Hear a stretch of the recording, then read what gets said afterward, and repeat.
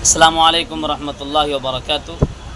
मैं इस वक्त बांका इंटरसिटी में बैठा हुआ हूँ और मैंने ये गाड़ी फुनसिया से पकड़ी है और सुबह से अभी तक ये गाड़ी जो है बख्तियारपुर नहीं पहुँची है। आप सोच सकते हैं कितनी ज़्यादा लेट है। मेरे साथ देख सकते हैं तमाम बच्चे भी मेरे साथ हैं माशाअल्लाह, जो मदरसे में पढ़ने के लिए जा रहे हैं। सुबह से अब तक हम भी परेशान और ये बच्चे भी परेशान हो चुके हैं। आप हजरात हमें बताएं कमेंट करके, क्या बिहार के अंदर ये स्थिति कब तक चलती रहेगी। सवारी बिल्कुल परेशान हो जाते हैं, किसको क्या मजबूरी है नहीं है, किसको कहाँ जाना है, कौन बीमार है, कौन क्या है नहीं है। इतनी ज़्यादा ट्रेन लेट, अल्लाह की पनाह यार, हद हो गई भाई, हद हो गई।